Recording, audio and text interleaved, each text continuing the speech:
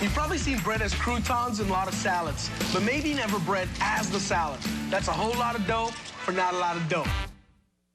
In Italy, it's very common to have a meal with 2 different starches. So I'm setting up a meal, even though I'm in North America, with double starch. I have spaghetti and meatballs using my obedient ingredient, pine nuts, to fill my meatballs. And now I'm working on a panzanella bread salad. Panzanella just means bread salad.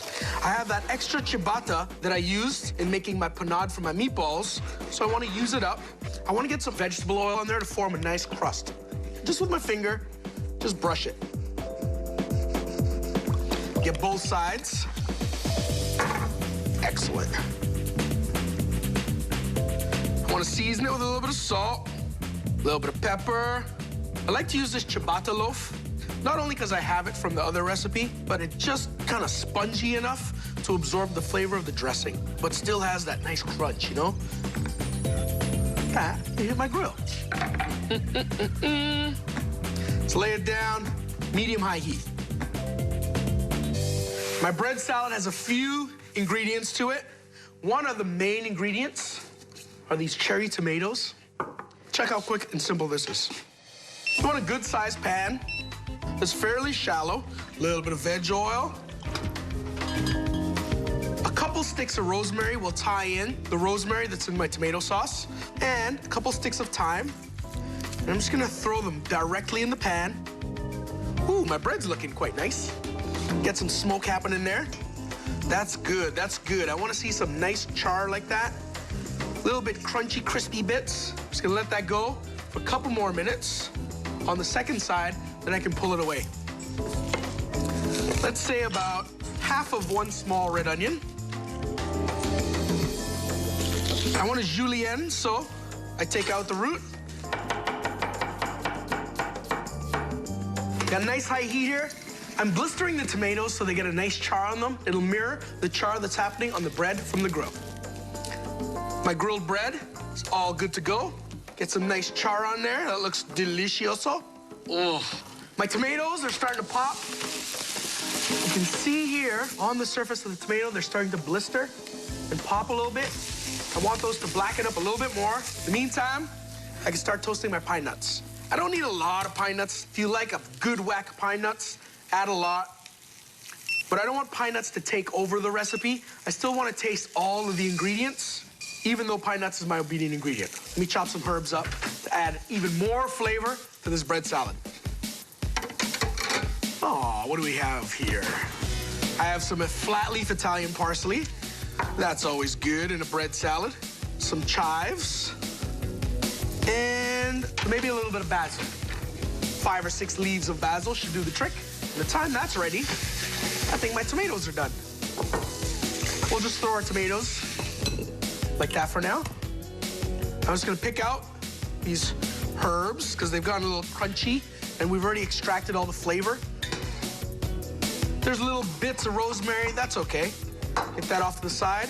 Get my red onions in there at the same time. I'll just chop some herbs, okay? I like to chop the herbs sort of rustic. I'm cooking at home, so it should be fun and simple. Ooh, check out my pine nuts. Ah, perfect. They just started to brown up. It'd be a little tricky if I just did that and said, here's your bread salad. You gotta break these up into bite-sized pieces, okay? Just wanna cut them on a size that will easily fit on a fork. So good, just simply grilled bread like that. So delicious. I just wanna start by tossing these ingredients together. Oh, those warm tomatoes feel amazing on the fingers. It's sort of like a spa treatment, you know? What I always like to do is take some of these tomatoes and just break them. So it sort of makes a little bit of a sauce, but not all of them, just a few of them, you know? A little bit of balsamic vinegar. Just sprinkle it.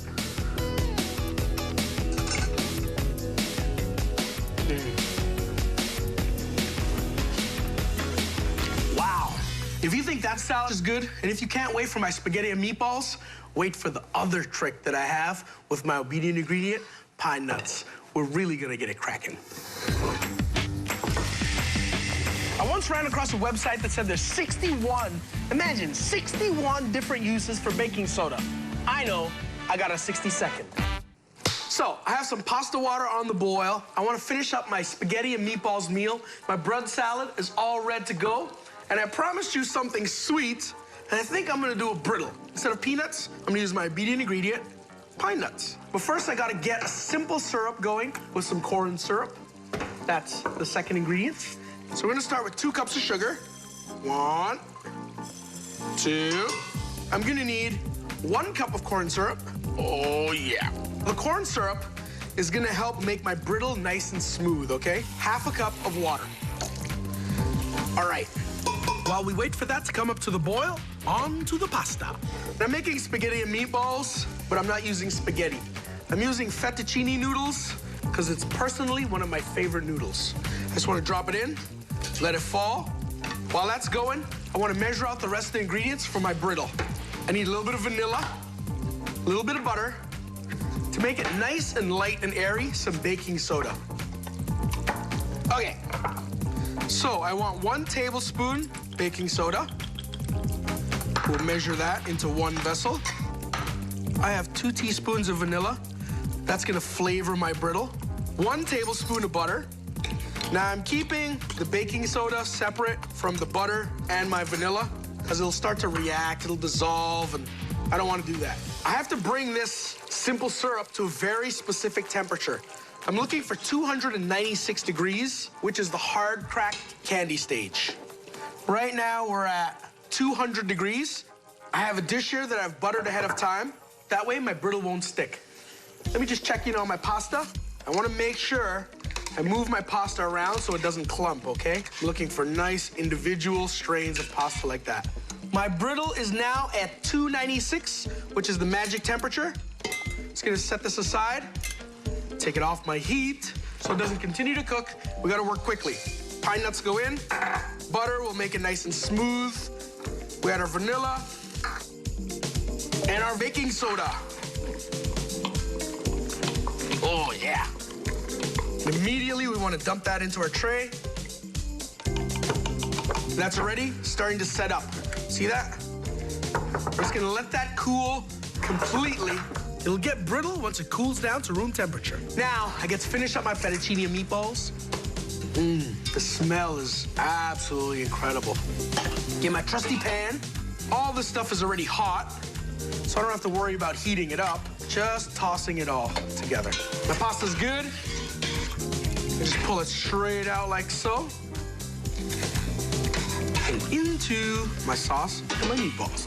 Just very gently toss the pasta just so it's coated. Okay, so let's plate this up. Gentle twist, like so. You know what this needs? A little bit of Parmigiano Reggiano. Just with a peeler, just gonna shave it like that. Take a couple leaves of this parsley and just rustic style, tear it on top like that. That is lamb with my obedient ingredient, pine nuts, spaghetti and meatballs, but with fettuccine. The only thing to top this meal off is gonna be a little bit of music.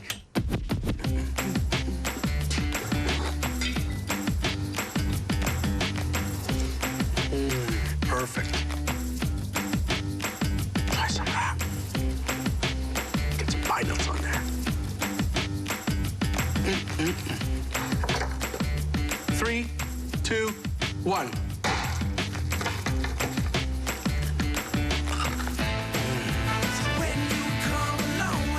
That, to me, really is a thing of beauty. And the texture of the pine nuts, it's exquisite.